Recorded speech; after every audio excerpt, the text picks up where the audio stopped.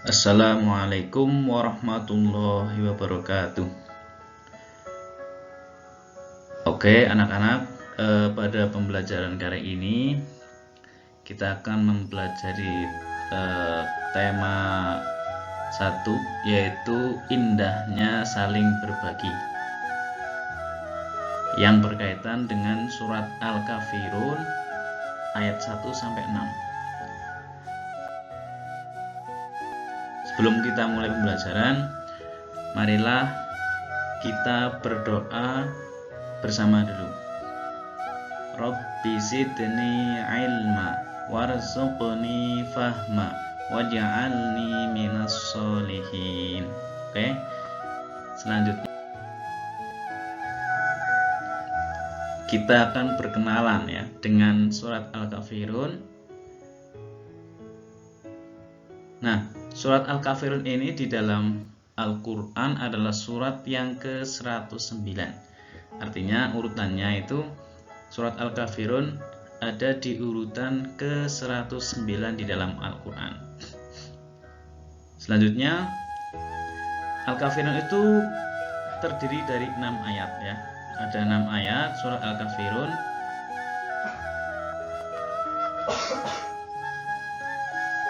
Nah, surat Al-Kafirun ini tergolong surat Makkiyah. Kenapa?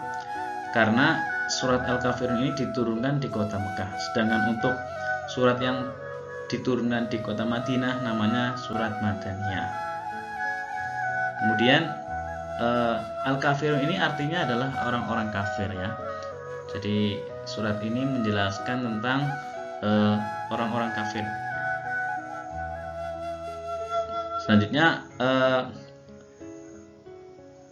nama surat ini diambil dari ayat pertama ya. Qul ya ayyuhal kafirun. Nah itu dari surat Al-Kafirun ini diambil dari ayat pertama surat itu sendiri.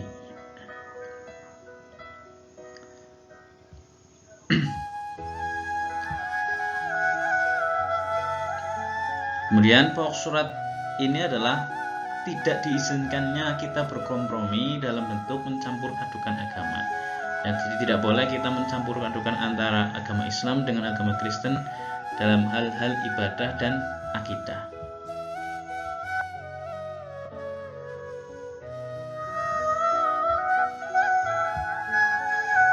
Nah, setiap surat itu pasti ada namanya asbabun nuzul. Asbabun nuzul itu apa? Asbabun nuzul itu adalah sebab-sebab diturunkannya surat atau latar belakang kenapa surat ini diturunkan ya. Jadi surat Al-Kafirun itu ada penyebab atau latar belakang kenapa surat ini diturunkan. Apa itu?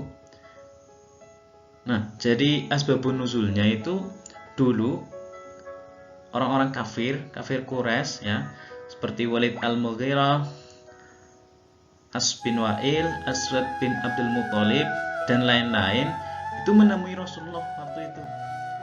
Kemudian mereka berkata, wahai Muhammad, marilah kami menyembah Tuhan yang kamu sembah dan kamu menyembah Tuhan yang kami sembah. Kita bersama-sama ikut serta dalam perkara ini. Jadi mereka itu berusaha mengkompromikan apa yang mereka sembah dengan sembahan yang dilakukan oleh Rasulullah Muhammad SAW. Nah, kemudian setelah mereka menawarkan kompromi dalam hal ibadah, Allah menurunkan surat Al-Kafirun tersebut. Jadi latar belakang diturunkannya surat ini yaitu karena kafir Quraisy menawarkan kompromi di dalam beribadah, di dalam berakidah, dan Rasul kemudian menolak mereka setelah diturunkannya surat Al-Kafirun. Kemudian selanjutnya, sebelum kita melanjutkan pelajaran, marilah kita membaca terlebih dahulu surat Al-Kafirun bersama-sama. A'udzu billahi minasy syaithanir rajim. Bismillahirrahmanirrahim.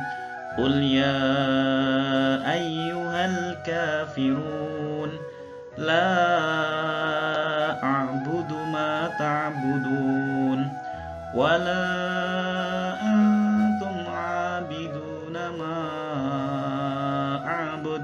wala ana 'abidum ma 'abadtum wala antum 'abiduna ma a'bud lakum dinukum waliyadin. Ya, jadi kita membaca supaya hidup kita diberi kemudahan oleh Allah Subhanahu wa taala.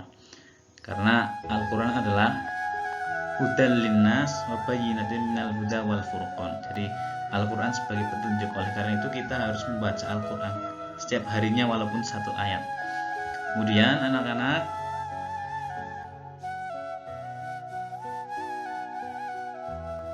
kita akan mempelajari tentang kandungan surat Al-Kafirun. Apa itu?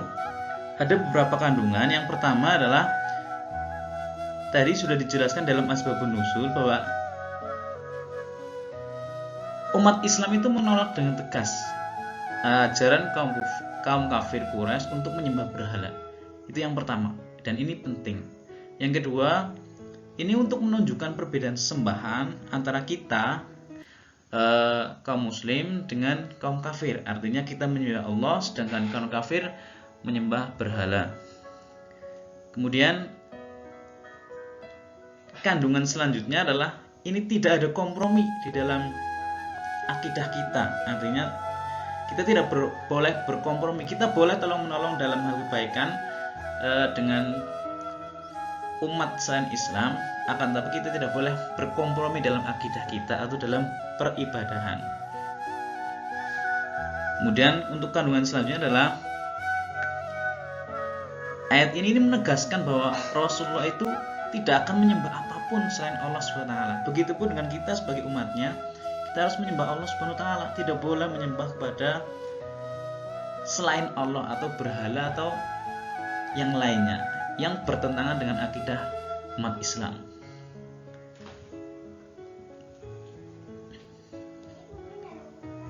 Kemudian selanjutnya di dalam surat Al-Kafir ini juga kandungannya adalah mengajarkan toleransi. Kita boleh